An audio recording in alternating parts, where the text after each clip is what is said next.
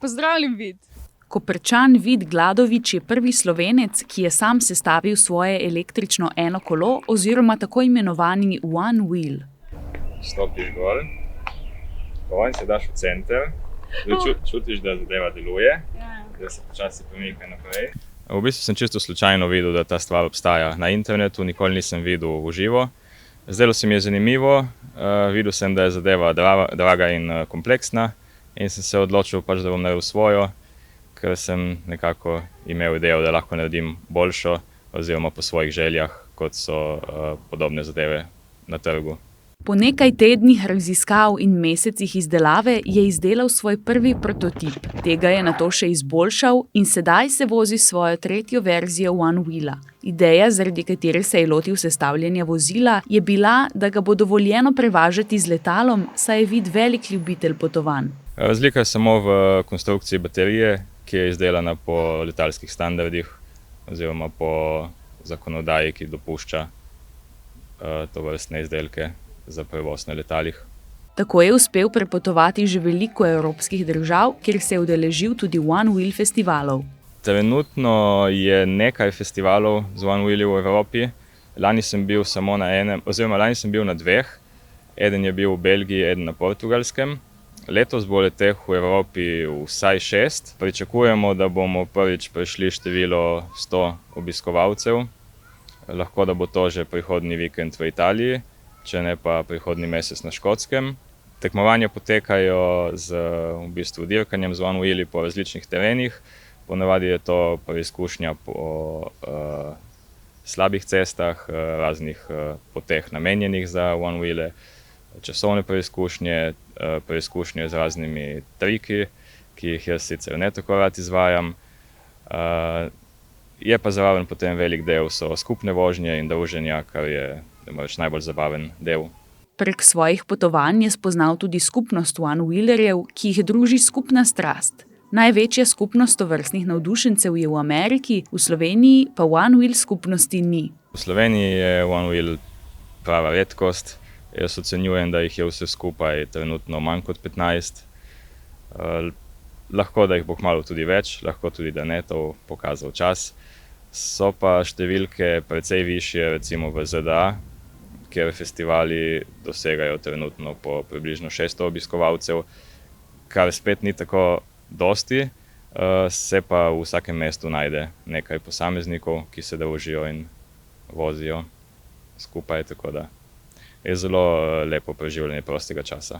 V naslednjih mesecih namerava Vid z One Wheelom obiskati še Italijo, Škotsko in Ameriko, oktobra pa bo ponovil skupno vožnjo po Portugalski. To je bilo dovolj, hvala lepa.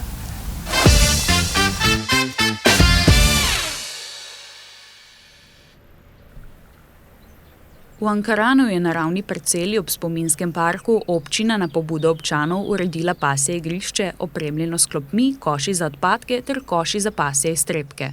Številnimi pobudami, ki jih v okviru izdelave participativnega proračuna se je več let zapored pojavila tudi pobuda občanov za pasje igrišče. Veliko ljubiteljev je štirinoscev v Ankaranu in ta objekt je bil potreben, zato smo v zadnjem proračunskem obdobju uspeli zbrati sredstva in najti lokacijo teh lepih 1400 kvadratnih metrov grajenih z infrastrukturo, se pravi s klopcami in z smetnjaki, kjer bodo ljubitelji psov se lahko družili in predvsem tudi vzgajali štirinosce, kajti na tem igrišču je treba, med njimi morajo sodelovati, tako da je treba poskrbeti za varnost in jaz verjamem, da bodo lastniki psov v Ankaranu z novo pridobitvijo zelo zadovoljni. Igrišče za pasje ljubljenčke je ograjeno, sicer pa je uporaba pasjega igrišča brezplačna. Naložba v igrišče je občino stala okvirno 8.000 evrov. Strošek občine je bil 8.000 evrov z davki, da je ta ureditev in se vključuje v zaključeno celoto ob spominskem parku in v sami bližini centra, tako da je dejansko zelo primeren za uporabo.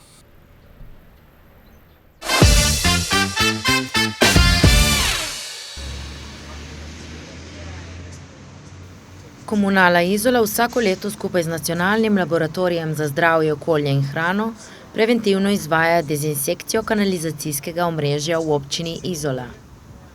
In sicer 2-krat na leto, enkrat spomladi, enkrat jeseni. Letos smo to opravili meseca aprila. In običajno, če se pokaže, da dobimo informacije z terena, da se še kje pojavljajo ščurki, naredimo neko ponovitveno dezinsekcijo in to smo prejšnji teden oziroma konec maja ponovili na določenih delih javnega omrežja. Dezinsekcija se lahko izvaja samo s strani pooblaščenih izvajalcev zaradi uporabe sredstev, s katerimi je potrebno ravnati v skladu z določenimi pravili. Komunala Izola dezinsekcijo izvaja samo na javnem kanalizacijskem omrežju.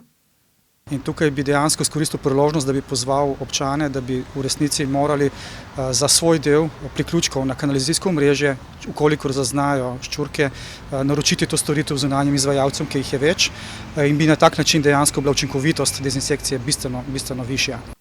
Na izolski komunali občanom poleg preverjanja internih kanalizacijskih omrežij priporočajo in svetujejo tudi preventivno delovanje. Kaj lahko še tle poudarim, je to tudi preventivno delovanje in sicer z pravilnim ravnanjem z odpadki, predvsem z hrano, z jedilnimi olji, ki se dajo v odtoke, v WC školjke. Dejansko s tem omogočamo razvoj okolja za ščurke, kjer se lahko hranijo in ustrezno temu tudi razmnožujejo. In zato dejansko največ lahko naredimo, da tega ne počnemo in odlagamo take vrste odpadkov, predvsem hrano, v za to namenjene zabojnike oziroma mesta, kjer je to predvideno in na tak način preprečimo, onemogočimo okolje, ker bi se lahko ščurki hitreje razmnoževali in potem posledično razvijali. Pri dezinsekciji se sredstvo aplicira s škropljenjem jaškov in toplim zamegljevanjem javne kanalizacije. Na nek način se s temperaturo nekako segreje ta snov in gre po ceveh in nekako na tak način uniči predvsem, to pa je za poudariti, samo žive, torej ščurke, ne pa jajčica. Zaradi tega je sam postopek dejansko dvostopenjski. In se običajno, ko se izvede prvi korak, se v roku nekaj tednov izvede še drugi korak, ko se iz jajce se še izvalijo spet druga generacija ščurkov in se dejansko takrat ponovi in se še v tistem drugem delu, dajmo reči, uniči ščurke. Ščurki so zelo trdovratni insekti, zato je zelo pomembno, da se dezinsekcijo kanalizacijskih jaškov izvaja na redni bazi in da se urgira čim prej. Obstaja več podjetij, ki se ukvarja z dezinsekcijo kanalizacijskih omrežij. Ukolikor potrebujete kontakt, vam pri tem lahko pomagajo pri komunali Izola.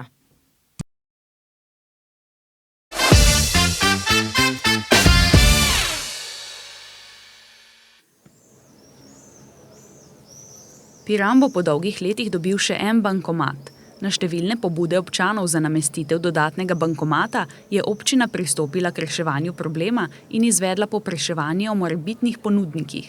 Edini interes je izkazala Nova Ljubljanska banka. Torej, strani krajanov Pirana se je na občino in na krajevno skupnost obrnilo veliko število pobudnikov za bankomat.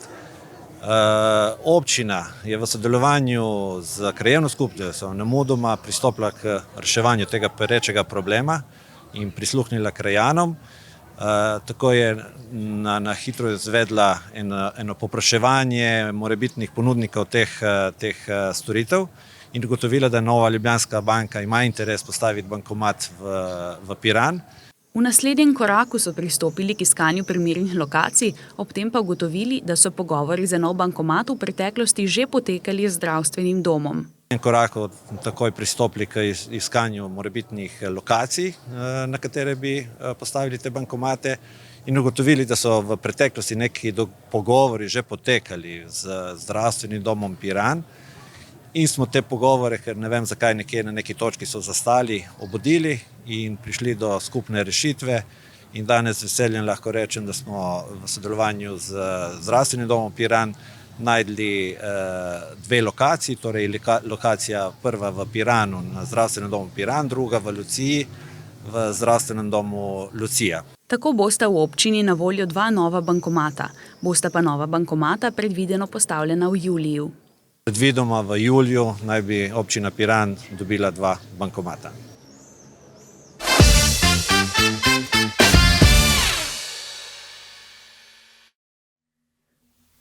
Piranska občina je nedavno ostala brez dostopa do brezplačnega brezžičnega interneta, ker je prekinila pogodbo z računalniškim podjetjem Redox.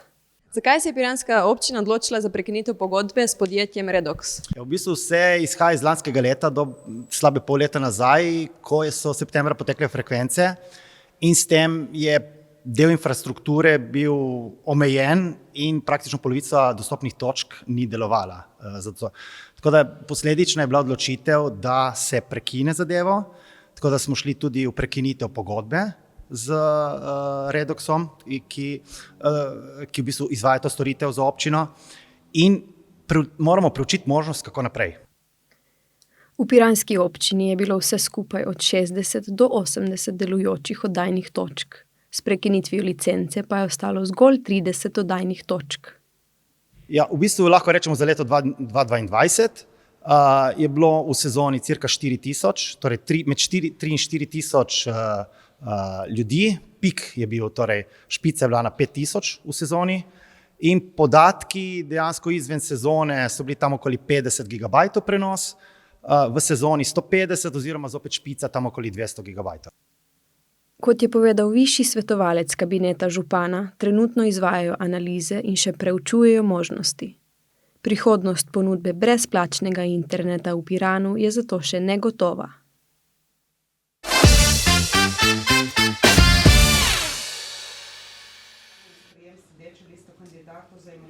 Na 3. redni občinski seji so izolski svetniki sprejeli odlok o spremembah in dopolnitvah odloka o turistični taksi v občini Izola. Odlok je pričel veljati s 1. junijem in narekuje zvišanje turistične takse na prenočitev. Morda tudi zaradi tega, ker se dejansko vse cene dvigajo. Pa tudi zato, da uskladimo z vsemi občinami v Istri. Tako da je šlo za 50 centov skupno gor, se pravi na 2,5 evra. Vrednost turistične takse se je iz 1,6 evra zvišala na 2 evra. Vrednost promocijske takse pa iz trenutnih 40 centov na 50 centov. Vrednost takse je enaka tako za slovenske turiste kot tuje državljane. Kar je oprostitev, je kar dolga lista tega, kdo je lahko oproščen. Ne?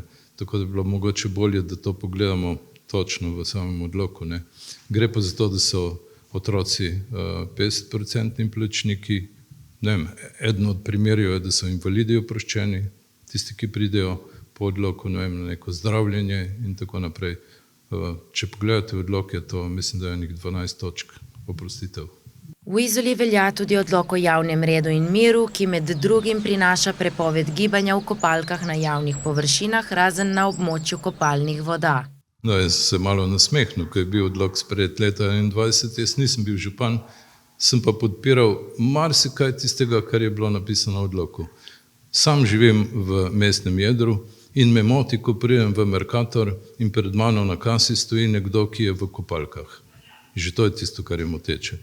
In mislim, da ni lepo, da se kopalci iz plaže sprehajajo mimo tistih, ki nekje sedijo v restauraciji, imajo pač neko kosilo ali karkoli in potem mu prije nekdo in se usede zraven v kopalkah.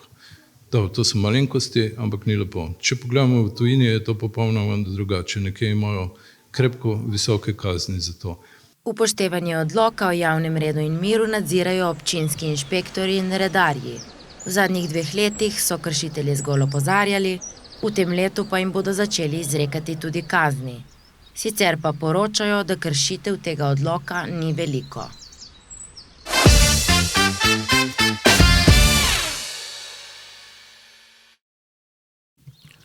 Mestna občina Koper se v začetku maja zavezala, da bo postala dojenju prijazno mesto. Dojenju prijazno mesto je mednarodna pobuda, s katero si Nacionalni odbor za spodbujanje dojenja, ki deluje pod okriljem UNICEF-a Slovenija, prizadeva izboljšati pogostost dojenja v lokalnem okolju. S podpisom izjave o nameri se je mestna občina Koper zavezala, da bo v sklopu pobude izvedla določene aktivnosti, s katerimi bo pridobila naziv dojenju prijazno mesto. Namen pobude je zagotavljanje družbenega in fizičnega okolja, ki bi podpiralo dojenje. Kar pomeni, da bo občina z določenimi ukrepi, kot je na primer vzpostavitev strokovnih skupin za svetovanje doječim materam, oblikovanje kotičkov za dojenje, ozaveščanje strokovne in splošne javnosti o pomenu dojenja, poskušala vzpostaviti okolje, ki bo spodbujalo dojenje kot najbolj optimalen način prehranjevanja dojenčkov oziroma novorojenčkov. Pri pridobivanju naziva Dojenju prijazno mesto bodo sodelovali Center za socialno delo Južna Primorska, Zavod Koper Otok, Obalne lekarne Koper, Splošna bolnišnica Izola, Svetovalni center Istre, Fakulteta za vede v zdravju in Zdravstveni dom Koper.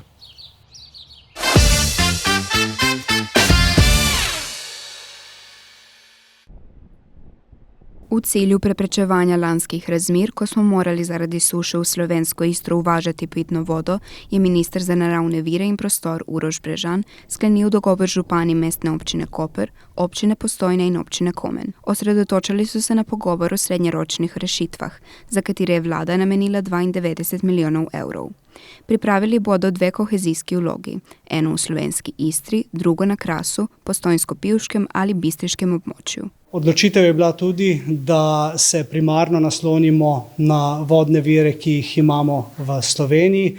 Lahko ugotovimo, da je na celem temu področju vode za vse dovolj in vse vpletene občine si želijo s povezavo vodovodov priti do trajne in pa gotove oskrbe v doglednem času. Ker je v Postojni na razpolago veliko pitne vode in sicer kar 5 zajetij, od katerih so 3 v zasebnem lastništvu, Korotan in Malni pa v občinskem lastništvu, bi lahko v Istro pošiljali okoli 50 litrov vode na sekundo ali celo več. Za povezovanje vodovodov bo potrebno zgraditi tudi določeno dodatno infrastrukturo in cevovode. Investicije bi naj peljali po državnih oziroma občinskih parcelah. Govorim recimo o infrastrukturi, cestni infrastrukturi, o tem še vedno razmišljamo. Je to najdražja umestitev, pa tudi nekako slaba za občine, ker bodo občine dobile tudi se strani države preplastene regionalne ceste. Tako da ja, iščemo rešitev, da bi čim manj posegali v zasebna lastništva, kjer so potrebne potem pridobivanje lastništva ali pa služnosti, kakorkoli že. V tem trenutku razmišljamo po neki obcesti, nadcesti. Čeprav je vodooskrba v Sloveniji najbolj problematična v slovenski Istri, bi od projekta lahko imele korist tudi občine v Zaledju. Kohezijska sredstva bi jim zagotovila rezervni vodni vir v primeru izrednih okoliščin, kot so požari in nesreče na avtocestah. Erik Modic je poudaril pomen dogovora o ceni omrežnine, ki je v preteklosti predstavljala težave pri povezovanju vodovodov. Smo imeli različne predstave o realni oziroma pošteni ceni vode, takrat je tudi bil sprožen tudi sodni spor. Kot veste, smo ga sicer je Kraški vodovod izgubil ta sodni spor, ampak je bilo zelo jasno nakazano, da če se želimo konkretno pogajati pa doseči neko novo ceno, potem je treba odpovedati pogodbo. Zato se tudi Kraški vodovod in vsi župani kraško-brkinskih občin smo se odločili, da odpovemo pogodbo. Ne zato, ker bi odrekali vodo Istri, ampak zato, da izpogajamo novo ceno, bolj pošteno ceno do odjemalcev na območju Krasa in Brkinu. Omrežnino bodo skušali med občine razdeliti pravično, kar naj ne bi prineslo drastičnih podražitev za prebivalce slovenske Istre. Težko govorimo danes o cenah, predvsem zato, ker na sedanjo simulacijo vpliva predvsej cena električne energije, ki je bila v prvem tromesečju in to ni realna cena. Tudi zato v novi pogodbi bo predračunska cena in na koncu leta se bo naredilo tudi poračun, torej na podlagi dejanskih stroškov. Torej, kar je danes simulacija in bo više cene, vprašanje, če bo zdržala, mi računamo na to, da bo cena električne energije tudi padla in se bo se skupaj poračunalo, ali po domače povedano v letošnjem letu za naše odjemalce oziroma gospodinstva in podjetja ne načrtujemo nobenih podražitev. Za dolgoročno rešitev vodooskrbe Istre pa je objavljen razpis za projektno nalogo, ki naj bi ga sklenili sredi junija.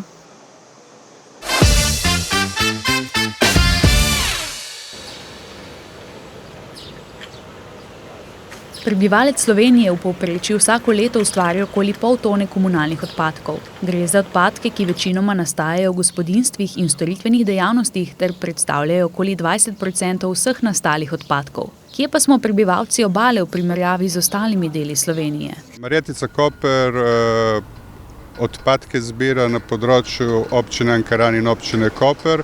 Povprečen uporabnik naredi približno 400 kg odpadkov.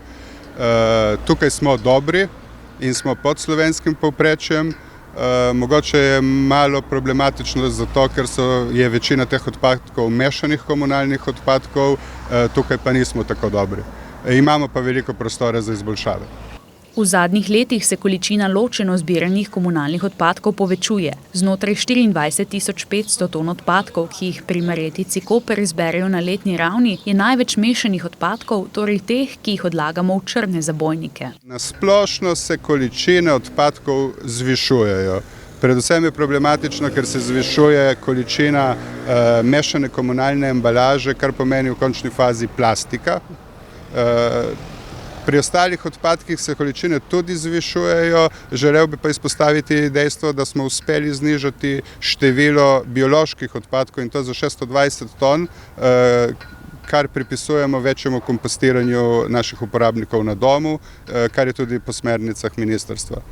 Vsako leto ustvarimo tudi okoli 7.500 ton nevarnih komunalnih odpadkov oziroma 3,6 kg na prebivalca. To je potrebno zbrati in odpeljati do najbližjega centra za ravnanje z odpadki, uporabne stvari, ki jih ne potrebujemo več, pa prodajmo, podarimo ali zamenjajmo. Ogromno torej lahko naredimo že z bolj premišljenim ravnanjem z odpadki. Predvsem v današnji družbi je pomembno, da racionalno nakupujemo.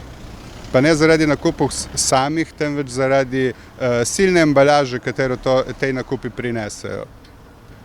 Drugače pa seveda znižati je potrebno različne embalaže za enkratno uporabo in jih zamenjati z nekimi bolj trajnostnimi, katere lahko uporabimo večkrat. Skrb vzbujajo tudi podatki, da se po svetu letno zavrže 2,5 milijarde ton hrane. 3 mladi gorenjski podjetniki so razvili aplikacijo Krožnik, kjer bodo lahko uporabniki prek aplikacije hrano kupili za vsaj 50% ceneje. Gre namreč za hrano, ki je pred potekom roka uporabe in za trgovinske presežke, ki bi jih prodajalne sicer zavrgle. Testiranje aplikacije bo potekalo poleti, jeseni pa naj bi bila platforma pripravljena in brezplačno na voljo uporabnikom po vsej državi.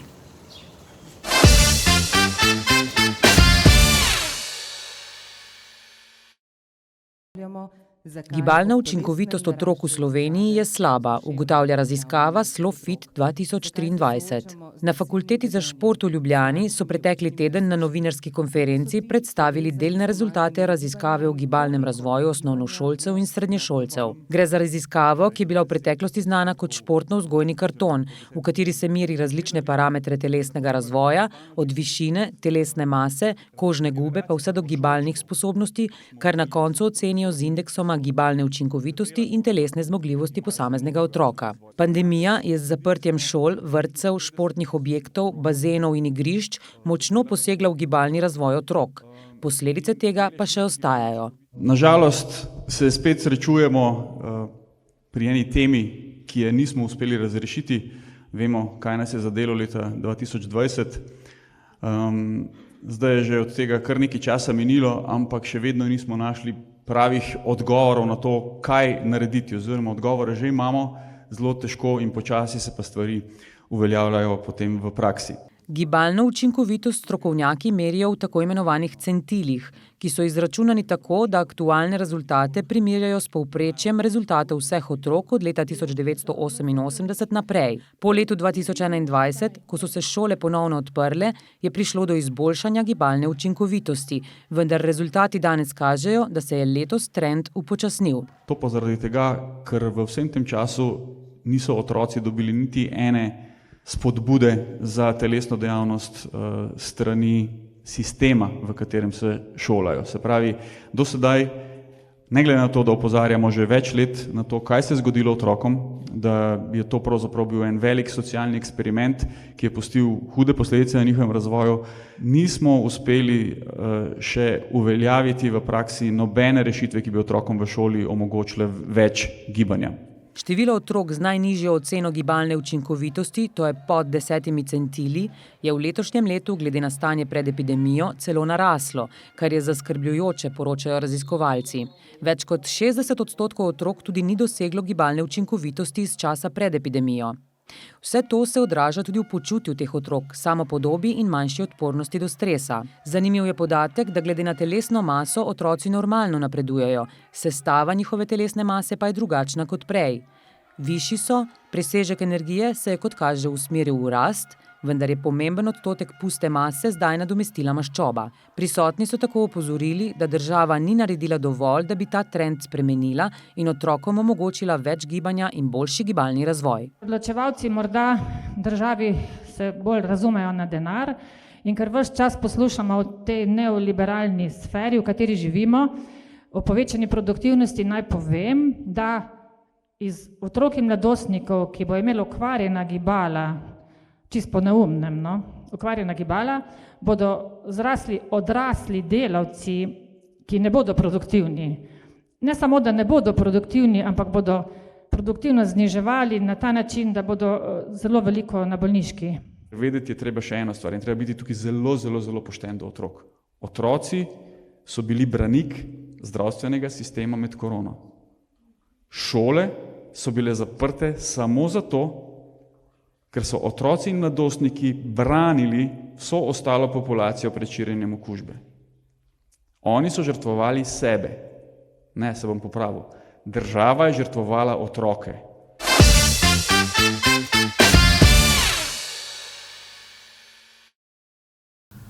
Vsak je že imel sodelavca ali sošolca, ki se je rad izogibal svojim dolžnostim v kakšnih skupinskih projektih.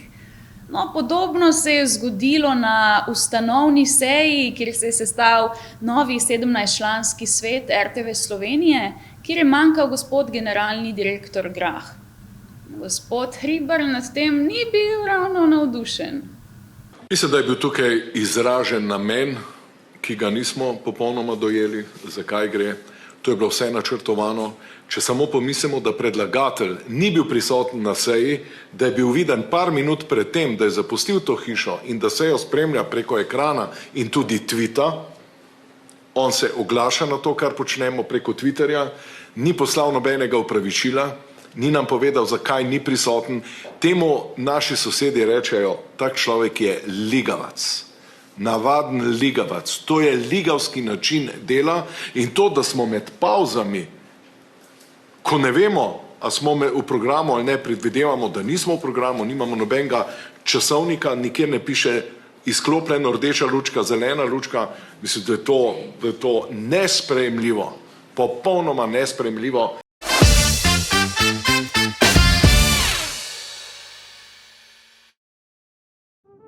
Zdravo! Za vas sem ponovno pripravila nabor dogodkov, ki se bodo odvijali v prihodnjih dneh. Tokrat bodo na voljo plesni nastopi, veliko koncertov, že 32. slovenski oglaševalski festival in stand-up večer. V soboto 10. junija bo v Centru mladih Koper ob 15. uri ponovno izmenjevalnica oblačil. Stara obleka namreč naredi okolju prijaznega človeka. Istočasno bo v centru potekala še delavnica kulturnega ekološkega društva Smet v Med, ki smeti spreminja v glamurozne izdelke. Istega dne se bo v 18:30 v amfiteatru Auditorija Portorož odvijal zaključni nastop Flipovih članov. Priča boste lahko akrobatiki, gimnastiki, cheerleadingu in plesu.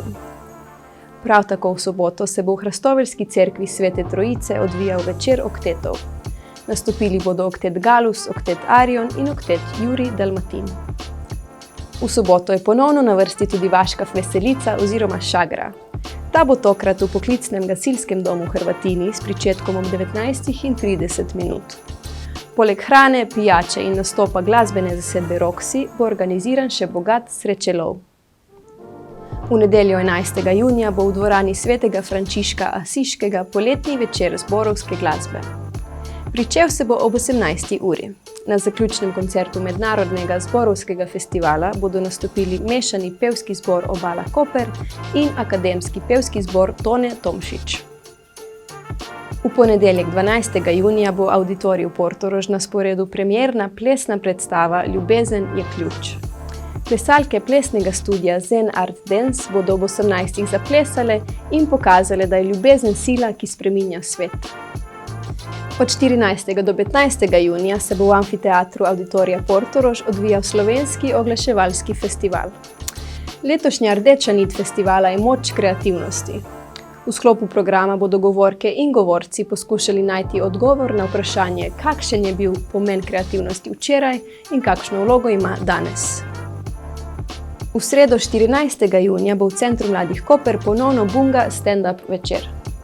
Od 20. ure dalje bo publiko poskušal nasmejati Andrej Težak-Težki z Ajdo Peternel, Luko Dimitrijevičem, Binetom Plaznikom, Matevžem Balohom, Janom Cunjo in Markom Džamastagičom. Od 16. do 22. junija pa se bo v nekdanjem skladišču soli Libertas odvijala že 3. edicija skladišče magazino Libertas Festival. Ta temelji na povezovanju sodobne urbane kulture, zato se boste lahko srečali s plesnim gledališčem in performansi, z multimedijsko umetnostjo, svetlobnimi instalacijami in z elektronsko glasbo ter punkom. V petek 16. junija pa se bo v Luciji od 17. ure dalje odvijal Mladi val festival, ki bo obarvan z rokom. V parku Sonce Lucija bodo nastopili mlada glasbena zasedba Liquid Gasoline, skupina The Chillers in pevec ter kitarist Jure Lesar. Poleg nastopov pa se boste lahko spoznali še z mladinskimi organizacijami. Prav tako v petek bo na Titovem trgu ob 8. uri nastopila hrvaška pevka zabavne glasbe Severina. Petkov večer pa lahko preživite še v baru Hangar, kjer bo nastopila srbska glasbena zasedba Pero de Formero. Ta se s pomočjo heavy metala in šaljivimi besedili norčuje iz turbo folk zvrsti. Prisluhnimo njihovi pesmi Ludo zaljubljen. Dok se budiš, kamera te snima, tvoje život osvetljena bina, reality tvoja jedina je kuća, rating raste kad je scena vruća, na svakoj žurci ti si uvek glavna, voliš glamur, voliš da si slavna, da si bistra, čuje se dok pričaš, slova sričeš, poruke kad čitaš. Najlepša hvala za pozornost, uživajte in se vidimo.